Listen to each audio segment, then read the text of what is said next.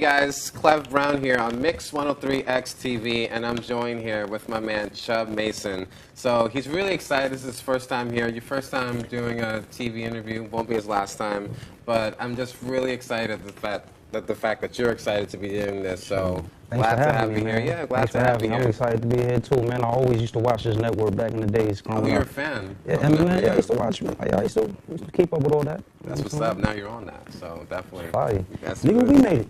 Yes. So Chubb, so tell us, what brings you here? What do you do? Well, first of all, I do music. I'm saying I'm a songwriter, I rap, I sing. People say I can sing. I mean, I've been around real singers. You know what I'm saying? But I got a good voice though. And basically, I came here to support my fellow Power Circle member, TT Mob Robski. He brought me along here, so I'm like, why not, man? Just another day in the office, trying to promote what we got going and just trying to get to the top, man. And with people like you, man, it's gonna help us, man.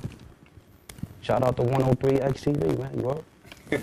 I have to laugh because I kept saying that incorrectly, Mix 103X, but you just did it perfectly on the first mark. Yeah, now I'm a professional, man. I try to, once I know my knowledge and pitch, it's there. You did it.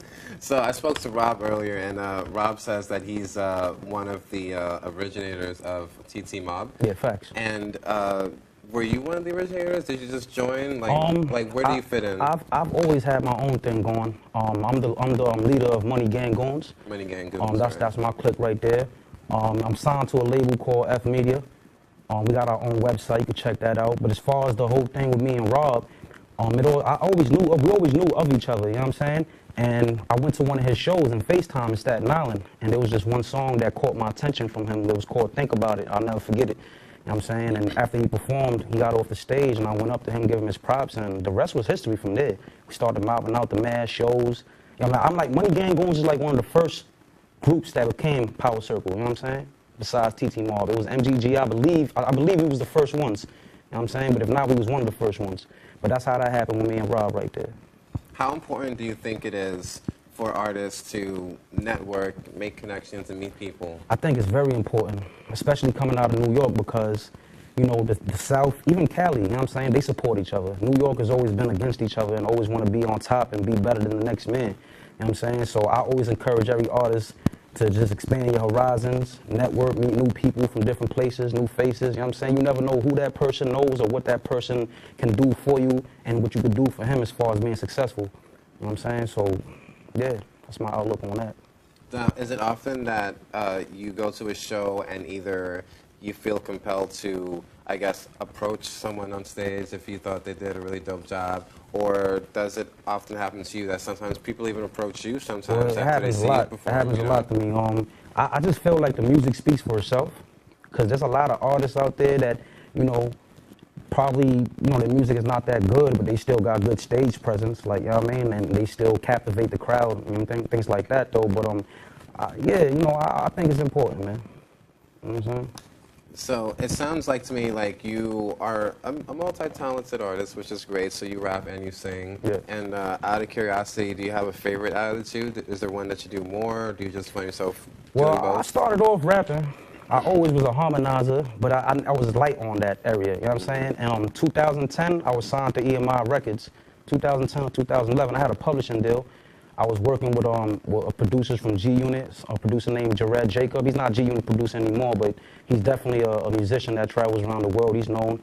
I was signed to Damien Eden. Well, long story short on that's what got me heavy on my singing. Right. Because it was a publishing deal to write for R&B singers. I was working with Rico Love and all that. So ever since then, I got heavy on my singing. Like, I actually try to make my vocals better. I stopped smoking cigarettes to, catch certain notes. I started taking it more serious. So now it's a mixture, man. It's a mixture. I got a lot of rap. I got a lot of singing. You know what I mean? And sometimes I put them both together on a track. So, yeah. Do you also write lyrics as well too? Yeah, I write all my lyrics. I write for people. Yeah, I'm a writer. I feel like that's one of my best talents. I'm a great songwriter. I know how to put words together real good. Do you feel like when you're in the writing process, do you feel like you write your best material solely for yourself, or it's just like, okay, I'm gonna write something really great and either keep it for myself or like? Honestly, I write, whether it's a feature or my song, I treat it like it's my song. I go hard. Don't matter. Sometimes people be thinking the feature that I'm on is my song, but it's really theirs though. So I go hard, man. Like everything's like it's my song, man. Don't matter. I'm gonna go hard every time. Definitely. What is the biggest crowd that you can remember that you had at a show? This was like in 2009 or 8, I think. It was like a school auditorium. It was mad packed, and it was like, but it wasn't the actual. It was in a school, but it wasn't during school hours or anything like that. And it was, yeah, you know how auditoriums be pretty big in school, so it was that plus more people. So I think that was like my biggest crowd. I mean, but I had some decent crowds, you know what I'm saying? Especially in Minnesota, too. In a couple lounges and bars. In Minnesota, okay. Yeah, I did shows out there. How's it different from New York? Like, I never been to Minnesota, so... It's very different. Well, it's cold, so bundle up. You know what I'm saying? But it's very different out there because out there, it's like I was the new guy again. So I had to prove myself all over again, like, you know what I'm saying? But out there, they're more lyrical. Like, they're more conscious. They like lyrics more than they like swaggy shit. You know what I'm saying? Like, out here, and out here, we want to dance and party.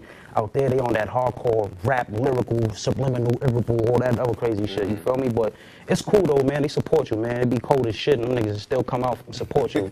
That's a fact. You know what I'm saying? And I was getting paid for the shows too. I ain't never get paid for shows. My paid shows, I was getting like 40-minute slots. You know what I'm saying? And well, it was an experience, man. I'll never forget that, man. Shout out to Minnesota, man. You heard all the artists out there.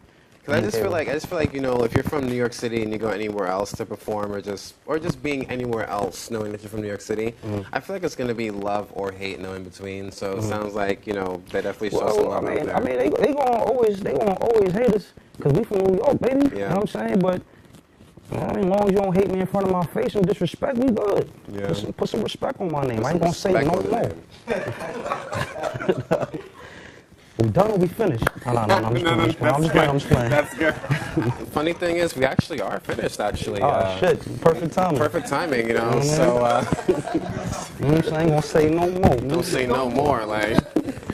So, for real, though, this has been Clev Brown with Mix 103X TV, and I want to thank my man Chubbs for coming through and just, you know, blessing us with his words.